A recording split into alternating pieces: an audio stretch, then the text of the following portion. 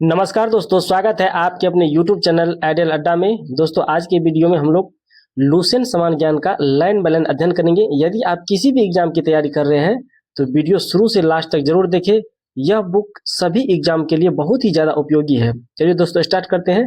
आज का हमारा टॉपिक रहेगा संगम युग। संगम युग से संबंधित जितने भी महत्वपूर्ण फैक्ट्स रहेगा, जितना भी महत्वपूर्ण प्रश्न बनेगा, सारे प्रश्नों का हम लोग इस वीडियो में लाइन बाय लाइन अध्ययन करेंगे। तो आइए स्टार्ट करते हैं। संगम युग। ऐतिहासिक युग के प्रारंभ में दक्षिण भारत का क्रमबद्ध इतिहास हमें जिस साहित्य से ज्ञात होता है उसे संगम साहित्य कहा जाता है। संगम शब्द का अर्थ परिषद अथवा गोष्ठी होता है, जिनमें तमिल कवि एवं विद्वान एकत्र होते थे। प्रत्येक कवि अथवा लेखक अपनी रचनाओं को संगम के समक्ष प्रस्तुत करता था। इसकी स्वीकृति प्राप्त हो जाने के बाद ही किसी भी रचना का प्रकाशन संभव था। परंपरा के अनुसार अति प्राचीन समय में पांड्य राजाओं के संरक्षण में कुल 3 संगम आयोजित किए गए थे। उनमें कौन कौन सा तीनों संगम था, आइए देखते हैं हम लोग। इनमें संकलित साहित्य को ही संगम साहित्य कहा गया, जिसमें परंपरा के अनुसार जो है अति प्राचीन समय में पांड्य राजाओं के संरक्षण में कुल 3 संगम। कितना संगम हुआ था, टोटल पूछा जाए कितना संगम, तो कुल 3 संगम हुआ था। इनमें संकलित जितना भी साहित्य संकलित किया गया था, उन सभी साहित्य को ही संगम साहित्य की संज्ञा दी गई थी। संगम साहित्य का संग्रह लगभग 300 ईसा पूर्व से लेकर के 300 ईस्वी तक तमिलों द्वारा विविध सामाजिक पृष्ठभूमि में किया गया था। संगम साहित्य का संग्रह कब से कब तक किया गया था, तो लगभग 300 ईसा पूर्व से लेकर के 300 ईस्वी तक तमिलों द्वारा विविध सामाजिक पृष्ठभूमि में किया गया था। उपलब्ध संगम साहित्य का विभाजन 3 भागों में किया जाता है। जो अभी तक उपलब्ध संगम साहित्य है उसको 3 भागों में विभाजित करते हैं। पत्थु पतातु इत्थु थोके पादिनेन किलकनकु। इसमें था पत्थु पतातु, थोड़ा नाम डिफिकल्ट है। इत्थु थोके पादिनेन किलकनकु। तो इसमें जो शामिल था, तिरुवल्लुर कृत कुराल तमिल साहित्य का एक आधारभूत ग्रंथ बताया जाता है।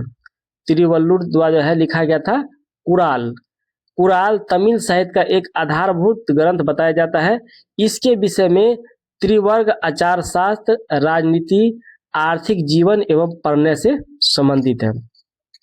तिरुवल्लुर द्वारा जो है लिखा गया था, उस तमिल साहित्य का नाम था कुराल साहित्य एक आधारभूत ग्रंथ बताया जाता है। इसके विषय में त्रिवर्ग आचार शास्त्र, राजनीति, आर्थिक जीवन एवं प्रणय से संबंधित है ये कुराल तमिल साहित्य। कुराल तमिल साहित्य के बारे में पूछा जाए किसकी से संबंधित है, तो ये है आपको आचार शास्त्र, राजनीतिक, आर्थिक जीवन एवं प्रणय से संबंधित है। तमिल किंवदंतियों के अनुसार प्राचीन दक्षिण भारत में 3 संगमों का आयोजन किया गया था। तमिल जो है किंवदंतियों के अनुसार प्राचीन दक्षिण भारत में 3 संगमों का आयोजन किया गया था, जिसमें मुचंगम, जिसमें कौन था, जिसे मुचंगम कहते थे। 3 संगम ये थे, प्रमुख संगम, प्रथम संगम, मध्य संगम, दूसरा संगम, अंतिम संगम, तीसरा संगम। इतिहासकार तीसरे संगम काल को ही संगम काल मानते हैं। तीसरा संगम काल जो है इसी को इतिहासकाल संगम काल मानते हैं, और पहले 2 संगमों को पौराणिक मानते हैं। सबसे पहले वाला जो 2 संगम था उसको पौराणिक माना जाता है। अब इसमें जानेंगे कहाँ कहाँ पे कौन सा संगम हुआ था, तो सबका स्थान, इसका अध्यक्ष कौन था, इसके संकलित महत्वपूर्ण ग्रंथ कौन कौन थे, यहाँ से प्रश्न पूछा जाता है। तो प्रथम संगम हुआ था मदुरा में। प्रथम संगम कहाँ पे हुआ था, मदुरा में हुआ था। 4440 वर्ष पूर्व समुद्र में ये विलीन हो गया। प्रथम संगम जहाँ पर स्थान दिया गया है, ये क्या हुआ था, समुद्र में ये विलीन हो गया। इसका साक्ष्य अभी नहीं उपलब्ध है। इसमें इसके अध्यक्ष थे अगस्त ऋषि, इसके अध्यक्ष थे। संस्कृत महत्वपूर्ण ग्रंथ है इसमें अकटियम, परिपदाल, मधुनारे, मुद्दु कुरकु, कलारी आविरे, कोई भी इनमें उपलब्ध नहीं है। ये सब अकिटियम, परिपदाल, मधुनारे, मुदु कुरुकु एवं कालारी आविवेरे, कोई भी इनमें उपलब्ध नहीं है। दूसरा संगम हुआ था 3700 ईसा पूर्व में। 3700 ईसा पूर्व में हुआ था कपाटपुरम अल्लेवाई में। ये भी समुद्र में विलीन हो गया। दूसरा संगम भी जो हुआ था 3700 वर्ष पूर्व में, कहाँ पे, तो कपाटपुरम अल्लेवाई में, ये भी समुद्र में क्या हुआ, विलीन हो गया। इसके भी अध्यक्ष कौन थे, तो अगस्त ऋषि, इसके भी अध्यक्ष अगस्त ऋषि थे। तोल्कापियम, तोल्कापियम तमिल व्याकरण रचनाकार तोल्कापियम, इस समय में जो है तोल्कापियम का निर्माण किया गया था, जिसको तमिल व्याकरण भी कहा जाता है, और रचनाकार इसके कौन थे, तो तोल्कापियर थे। ये प्रश्न पूछा जाएगा, तोल्कापियम किसने लिखा था, तो तोल्कापियर ने लिखा था। तोल्कापियम को ही तमिल व्याकरण कहा जाता है। तीसरा संगम मदुरा में हुआ था 1850 ईसा पूर्व में। तीसरा संगम कब हुआ था, तो मदुरा में हुआ था 1850 वर्ष पूर्व में। इसके अध्यक्ष थे नक्कीरर, इसके अध्यक्ष कौन थे, तीसरा संगम जो हुआ था उसका अध्यक्ष कौन थे, तो नक्कीरर। इसमें ग्रंथ का जो निर्माण हुआ था नेदु नौन्थेके कुरुंथोके नत्रिनई एनकुरु भुरु परिपादाल कुथु वरी पेरिसे सत्री से आदि, ये सब जो है ग्रंथ का इस समय में रचना हुआ था तीसरा काल में, तीसरा संगम काल में। कवियों एवं विद्वानों की परिषद के लिए संगम नाम का प्रयोग सर्वप्रथम 7वीं सदी के प्रारंभ में शिव संत नैनार, शिव संत को क्या कहा जाता है, नैनार। ये भी प्रश्न पूछा गया है कि शिव संत को नैनार कहा जाता है और वैष्णव संत को अलवार कहा जाता है। तो तिरुबानबुक रसु अपार ने क्या था, कवियों और विद्वानों की परिषद के लिए जो है संगम नाम का प्रयोग सबसे पहले कब हुआ था, तो 7वीं सदी में के प्रारंभ में हुआ था, और शिव संत थे तिरुनाबुक रसु, इसी ने जो है सबसे पहले किया था। इसको अपार नाम से भी जाना जाता है, तिरुनाबुक रसु को अपार के नाम से भी जाना जाता है। अपार कौन थे, ये नैनार संत थे। संगम काल के बारे में आइए और संगम के बारे में जानते हैं। अन्य स्रोत कहाँ कहाँ से हमको संगम काल के बारे में मिलता है, तो सभी स्रोत के बारे में जानेंगे। तो संगम काल के बारे में विवरण देने वाले अन्य स्रोत है, अशोक के अभिलेखों में चोल पांड्य और चेर के बारे में बताया गया है। और कहाँ से हमको संगम काल के बारे में मिलता है, तो अशोक के अभिलेख से भी हमें विवरण मिलता है, जिसमें चोल पांड्य और चेर के बारे में बताया गया है। मेगास्थनीज स्ट्रोबो प्लिनी एवं टॉलमी जैसे यूनानी लेखकों ने पश्चिमी एवं दक्षिण भारत के बीच वाणिज्यिक व्यापार संपर्कों के बारे में भी उल्लेख किया है। यहाँ से भी हमें जानकारी मिलता है संगम काल के बारे में। कलिंग के खारवेल हाथी गुम्फा शिलालेख में भी तमिल राजों का उल्लेख है, वहां से भी हम लोग संगम साहित्य के बारे में जानते हैं। 8वीं सदी में इरेयानार, 8वीं सदी में इरेनयार अग्गपोरुल के भास की भूमिका में तीनों संगमों का वर्णन किया गया है। तीनों संगमों का वर्णन कहाँ किया गया है, तो 8वीं सदी ईस्वी में इरेनयार अग्गपोरुल के भास की भूमिका में जो है तीनों संगमों का वर्णन किया गया है। इलांगोकृत शिल्पादिकारम, शिल्पादिकारम क्वेश्चन पूछा गया कि इलांगो ने लिखा था शिल्पादिकारम, इसको शिल्पादिकारम को ही कहा था पायलों का गीत। एक उत्कृष्ट रचना है जो तमिल जनता में राष्ट्रीय काव्य के रूप में जानी जाती है। इलांगो जो लिखा था कौन, शिल्पादिकारम, जिसे तमिल जनता में राष्ट्रीय काव्य के रूप में जाना जाता है। इसमें 30 सर्ग है जिन्हें 3 खंडों में लिपिबद्ध किया गया है। यह बौद्ध रुझान वाला महाकाव्य है। इसमें कावेरी पट्टनम के कोवलन, उसकी पत्नी कन्नगी एवं नर्तकी माधवी की प्रेम कहानी है। शिल्पादिकारम में क्या सब है, इसमें जो है कावेरी पट्टनम के कोवलन और उसकी पत्नी कन्नगी एवं नर्तकी माधवी की प्रेम कहानी के बारे में शिल्पादिकारम में बताया गया। क्वेश्चन पूछा है शिल्पादिकारम में क्या सब है। अब है इसमें मदुरा के बौद्ध धर्मावलंबी व्यापारी, इससे भी हमको जानकारी मिलता है, यहाँ से भी प्रश्न पूछा जाता है। तो मदुरा के बौद्ध धर्मावलंबी व्यापारी शीतलेशनार ने मणि मेकले की रचना की। मणि मेकले की रचना किसने किया, तो बौद्ध धर्मावलंबी थे व्यापारी शीतलेशनार। इसमें 30 सर्गों के अतिरिक्त एक प्रस्तावना भी है, इसमें जैन प्रभाव है। इसमें कौन सा प्रभाव है, जैन प्रभाव, उसमें बौद्ध प्रभाव था, इसमें जैन प्रभाव। इसमें राजकुमार उदय कुमारन एवं मणि मेकले कोवलन एवं नर्तकी माधवी की पुत्री की प्रेम कहानी के बारे में दिया गया। इस ग्रंथ की कहानी दार्शनिक एवं संस्कार संबंधी बातों के लिए बनाई गई है। इसका महत्व मुक्त धार्मिक है।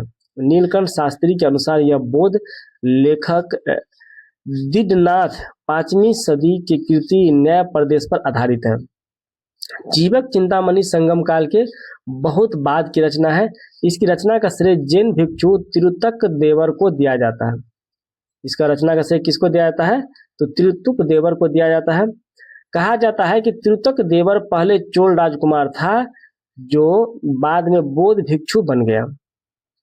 त्रिवक देवर कौन था? पहले चोल राजकुमार था जो बाद में क्या हुआ? जैन भिक्षु बन गया। और तोल्कापियम तमिल व्याकरण है। 5वीं सदी के बाद बहुत सी प्रसिद्ध तमिल रचनाएं नैतिक एवं दार्शनिक उद्देश्यों से लिखी गई। इनमें तिरुवल्लुवार की तिरुकुरल सबसे प्रसिद्ध था। राम कथा के अनेक तमिल संस्करण है जिनमें सबसे प्रसिद्ध कंबन का इरामावतारम है। अब क्वेश्चन पूछा जाएगा राम कथा से संबंधित तमिल संस्करण कौन कौन है? तो सबसे प्रसिद्ध है कंबन द्वारा लिखा गया था इरामावतारम। इरामावतारम के बारे में प्रश्न पूछा गया है। संगम साहित्य के काव्य को 2 श्रेणियों में बांटा गया। संगम साहित्य के काव्य को कितनी श्रेणियों में बांटा गया है? तो 2 श्रेणियों में बांटा गया। पहला है अकम और दूसरा है पूरम। अकम काव्यों का मूल विषय प्रेम प्रसंग है जबकि पूरम काव्यों का विषय युद्ध है। अकम किससे संबंधित है? तो अकम प्रेम प्रसंग से संबंधित है जबकि पूरम किससे संबंधित है? तो पूरम युद्ध से संबंधित है। संगम साहित्य में हमें तमिल प्रदेश के 3 राज्यों चोल, चेर और पांड का विवरण प्राप्त होता है। उत्तर पूर्व में चोल, दक्षिण पश्चिम में चेर और दक्षिण पूर्व में पांड राज स्थित था। दक्षिण भारत का जो संगम साहित्य में जो है उत्तर पूर्व में चोल था, दक्षिण पश्चिम में चेर और दक्षिण पूर्व में पांड राज स्थित था। इन तीनों का स्थिति भी पूछा जाता है। संगम युगीन राज्यों में सर्वाधिक शक्तिशाली चोलों का राज था। संगम में सबसे शक्तिशाली राज्य किसका था? तो चोल का राज सबसे शक्तिशाली था। यह पेनार एवं दक्षिणी वेलारो नदियों के बीच स्थित था। इसका सबसे प्रतापी राजा करिकाल था। चोल का सबसे प्रतापी राजा पूछा जाएगा तो चोल का सबसे प्रतापी राजा करिकाल था। करिकाल ब्राह्मण मतानुयायी था। इसने ब्राह्मण धर्म को राज्य के संरक्षण प्रदान किया।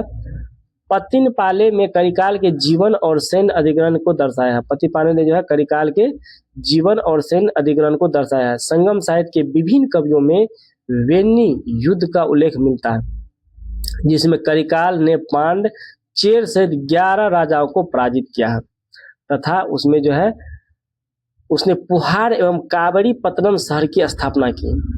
करिकाल ने किसकी शहर का स्थापना किया? तो पुहार एवं काबड़ी पत्तनम शहर की स्थापना किया और अपनी राजधानी उरेयूर से काबड़ी पत्तनम में स्थानांतरित किया। इसने काबड़ी नदी के मुहाने पर बांध बनवाया था तथा सिंचाई करने के लिए नहरों का निर्माण करवाया। पेरुनानुनु पादे में करिकाल को संगीत के सप्त स्वरों का विशेषज्ञ भी बताया गया। करिकाल को संगीत के सप्त स्वरों का विशेषज्ञ भी बताया गया है। संगम युग का दूसरा राज्य चेरों का था जो आधुनिक केरल प्रांत में स्थित था। संगमों का दूसरा राज्य किसमें था? चेरों का था जो आधुनिक केरल प्रांत में स्थित था। चेर कहाँ पे था? तो आधुनिक केरल प्रांत में। इस राज्य के कुछ प्रमुख राजा हुए उदयनजिरल लगभग 130 ईस्वी में, नेदुजिरल आदन लगभग 155 ईस्वी में, सेन गुट्टुवन 180 ईस्वी में, और सेन गुट्टुवन ने अधिराज की उपाधि धारण की। सेन गुट्टुवन ने क्या किया? इसने अधिराज की उपाधि धारण किया। इसने पत्नी नामक धार्मिक संप्रदाय का समाज में प्रतिष्ठित किया। पत्नी नामक धार्मिक संप्रदाय को किसने प्रतिष्ठित किया? तो सेन गुट्टुवन ने ही किया था। तो सेन गुट्टुवन से प्रश्न यहाँ से पूछा जा सकता है। संगम युग का तीसरा राज्य पांड्यों का था। संगम युग का तीसरा राज्य किसका था? तो पांड्यों का था जो कावेरी के दक्षिण में स्थित थी, जो कावेरी नदी के दक्षिण में स्थित था। इसकी राजधानी मदुरा थी। पांड्य राजाओं में नेडुजेलियन लगभग 210 ईस्वी में सबसे शक्तिशाली राजा था। पांड्य में सबसे शक्तिशाली राजा कौन था? तो नेडुजेलियन था। पांड्यों का पहला उल्लेख मेगास्थनीज ने किया। उसने इस राज्य को मोतियों के लिए प्रसिद्ध बताया था। नलिवकोडन संगम युग का अंतिम ज्ञात पांड्य शासक था। सबसे अंतिम शासक संगम युग का और पांड्य शासक का कौन था? तो नलिवकोडन। संगम युग में राज को मंडल कहा जाता। संगम युग में राज को क्या कहा जाता था? तो मंडल कहा था। और राजा के जन्मदिन पेरुनल कहलाता। राजा के जन्मदिन को पेरुनल के नाम से जाना जाता था। संगम युग में मंत्रियों को अमाईचान या अमाईचार कहा जाता था। संगम युग में मंत्रियों को क्या कहा जाता था? अमाईचार या अमाईचार कहा जाता था। राजधानी में एक राज्यसभा होती थी जिसे नालवे कहा जाता था। राजधानी की राज्यसभा को क्या कहते थे? नालवे। यह राजा के साथ न्याय का कार्य करता था। राजा देश के प्रधान न्यायाधीश और सभी प्रकार के मामलों में सुनवाई की अंतिम अदालत होता था।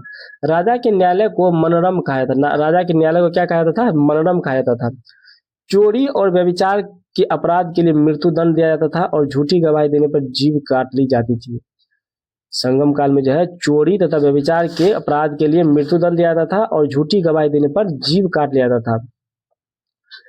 भूमि कर नगद एवं अनाज दोनों रूप में अदा किया जाता था। उस समय में संगम काल में भूमि कर जो है दोनों टाइप से, भूमि कर दोनों रूप में, नगद एवं अनाज के रूप में दोनों प्रकार से जो है अदा किया था। संभवतः यह उपज का छठा भाग होता था, ये छठा भाग होता था,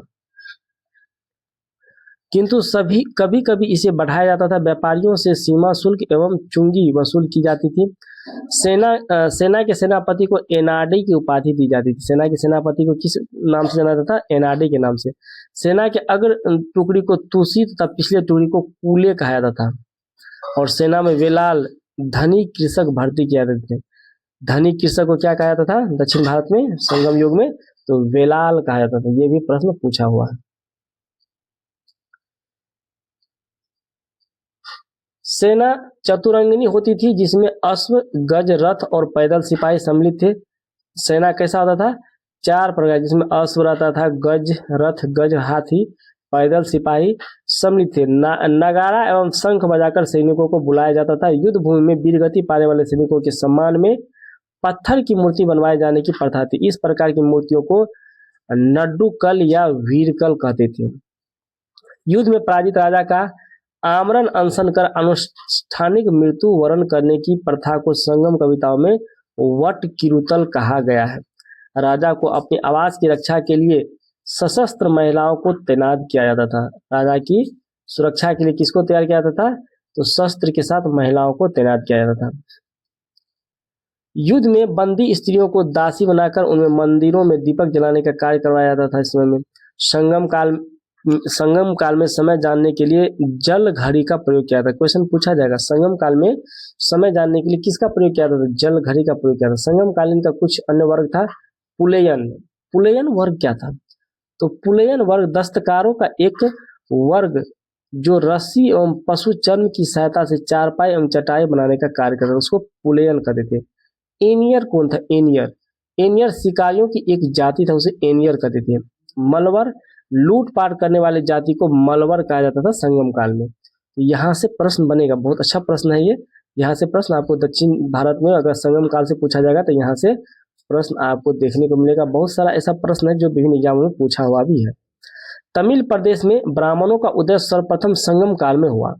तमिल प्रदेश में जो ब्राह्मण का उदय सर्वप्रथम कब हुआ? तो संगम काल में ही हुआ। समय का सबसे प्रतिष्ठित वर्ग था, उस समय का जो है सबसे प्रतिष्ठित वर्ग ब्राह्मण था। इसकी हत्या का सबसे बड़ा अपराध माना जाता था। संगम कालीन ब्राह्मण मांस भक्षण करते थे और सूड़ा पीते थे। संगम कालीन ब्राह्मण जो था मांस भक्षण करता था और सूड़ा पीता था। ब्राह्मणों के पश्चात संगम युग समाज में वेलार वर्ग का स्थान था। ब्राह्मणों के बाद जो है समाज में किस वर्ग का था? तो वेलार। वेलार जो है धनी कृषक थे। इसका मुख्य पेशा कृषि कर्म था। वेलार प्रमुख को वेलीर कहा जाता था। खेतों में काम करने वाले मजदूरों को कडेसियर कहते थे। संगम काल में जो है खेतों और में मजदूरी का काम करने वाले लोगों को कडेसियर कहा जाता था। संगम साहित्य में व्यापारी को वेनिगर कहा गया है। संगम साहित्य में जो है व्यापारी को क्या कहा गया है? वेनिगर कहा गया है। संगम साहित्य में दास प्रथा के अस्तित्व का प्रमाण नहीं मिलता। इसमें दास प्रथा था या नहीं, इसका प्रमाण अभी तक नहीं मिला है। तोल्कापियम नामक तमिल रचना से ज्ञात होता है कि संगम काल में विवाह को संस्कार के रूप में मान्यता प्रदान की गई। इसमें हिंदू धर्मशास्त्र में वर्णित विवाह 8 प्रकार के होते थे। कौन? ब्राह्मण, देव, आर्ष, प्रजापत्य, असुर, गंधर्व, राक्षस और पिशाच। 8 प्रकार का शादी का उल्लेख मिलता है। परिणय विवाह की मान्यता दी गई थी जिसमें पंचतीने। परिणय विवाह की मान्यता दी गई थी जिसे पंचतीने कहा गया। एक पक्षीय प्रण को कैंकिने व अनुचित प्रणय को पेरुंद्रिय कहा गया। संगम काल में चावल मुख्य खाद्यान्न था। इसे दूध में मिलाकर सांभर नामक खाद्यान्न तैयार किया जाता था। इस समय में जो है संगम काल में चावल जो है मुख्य खाद्यान्न था, इसमें दूध मिला करके सांभर नामक खाद्यान्न तैयार किया जाता था। नर्तक नर्तकियों एवं गायकों के दल घूम घूम कर लोगों के का मनोरंजन क्या करते थे? संगम साहित्य इन्हें पानर एवं बिडेलियर कहा गया है। संगम साहित्य में से पानर एवं बिडेलियर कहा गया। तमिल साहित्य में मच्चेलियर, तमिल साहित्य में जो है मच्चेलियर ओविडियस जैसी कवित्रियों की चर्चा हुई है, जिसमें स्पष्ट है कि इस काल में स्त्रियां सुशिक्षित होती थी। संगम काल के लोग कौवे को शुभ पक्षी मानते थे, कौवा को शुभ पक्षी मानता, जो अतिथियों के आगमन की सूचना देता था। कौवा जो है अभी भी लोग कौवा बोलता है, तो अतिथियों के आगमन की सूचना के लोग मानते हैं। कौवा जो है नाविकों को सही दिशा का बोध भी कराते थे, इस कारण सागर के मध्य चलने वाले जहाजों के साथ उन्हें ले जाया जाता था। संगम काल में समाधियों के स्थान पर पत्थर गाड़ने की प्रथा थी। संगम काल में समाधियों के स्थान पर क्या गाड़ा जाता था? पत्थर गाड़ा जाता था। इन्हें वीरगल या वीर प्रशस्त कहा गया। इनकी पूजा भी होती थी। प्राय जो है युद्ध में वीरगति प्राप्त सैनिक के सम्मान में खड़े किए जाते थे। संगम काल में चोलों की समृद्धि का मुख्य कारण उनका सुविकसित वस्त्र उद्योग था। संगम काल में चोल का समृद्धि का सबसे प्रमुख कारण क्या था? सुविकसित वस्त्र उद्योग था। पांड्य राज में कोकई, सालियूर एवं चेर राज में बंदर प्रमुख बंदरगाह था। कोकई मोती खोजने का प्रमुख पतन था। कोकई क्या था? तो मोती खोजने का प्रमुख पतन था। कोरोमंडल समुद्र तट पर पुदुचेरी के 3 किलोमीटर दक्षिण में स्थित अरिकमेरु चोल वंश का एक प्रमुख बंदरगाह था। इस बंदरगाह से रोम के साथ व्यापार होता था। 1945 में हुई यहाँ की खुदाई से एक विशाल रोमन बस्ती का पता चला है। यहाँ मनकों के निर्माण का कारखाना भी था।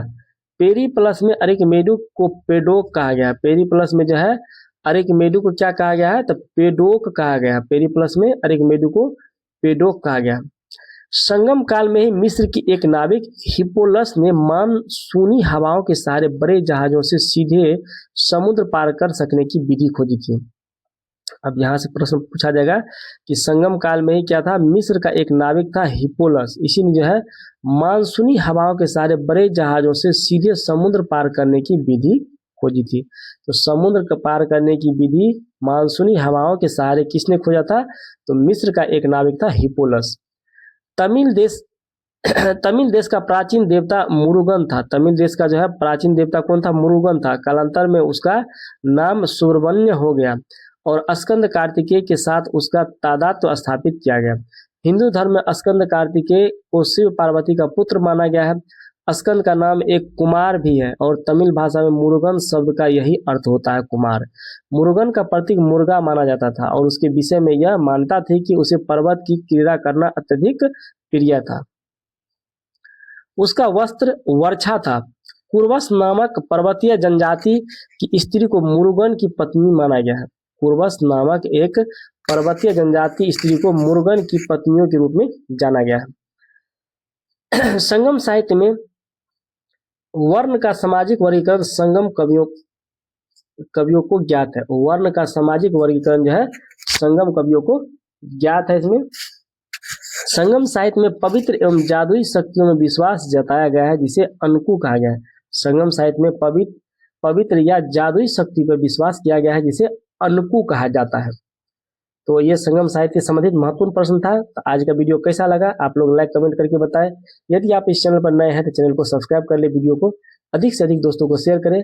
आपको हमारे चैनल पे BPSC TRE 4, ADO, Bihar police, Bihar दरोगा, जितना भी एग्जाम है सभी एग्जामों का जीके, जीएस, करंट अफेयर्स का सारा फैक्ट्स आपको मिलेगा। और एनसीईआरटी सीरीज भी हमारे लाइव सेशन में चलता है, जो कि आपको क्लास 6 से लेकर 10 तक चलेगा। और एनसीईआरटी सभी विषयों का history, political science, geography, science सभी का 6 से 12 तक पूरा फुल डिस्कशन कराया जाएगा। तो मिलते हैं अगले वीडियो में। Thanks for watching.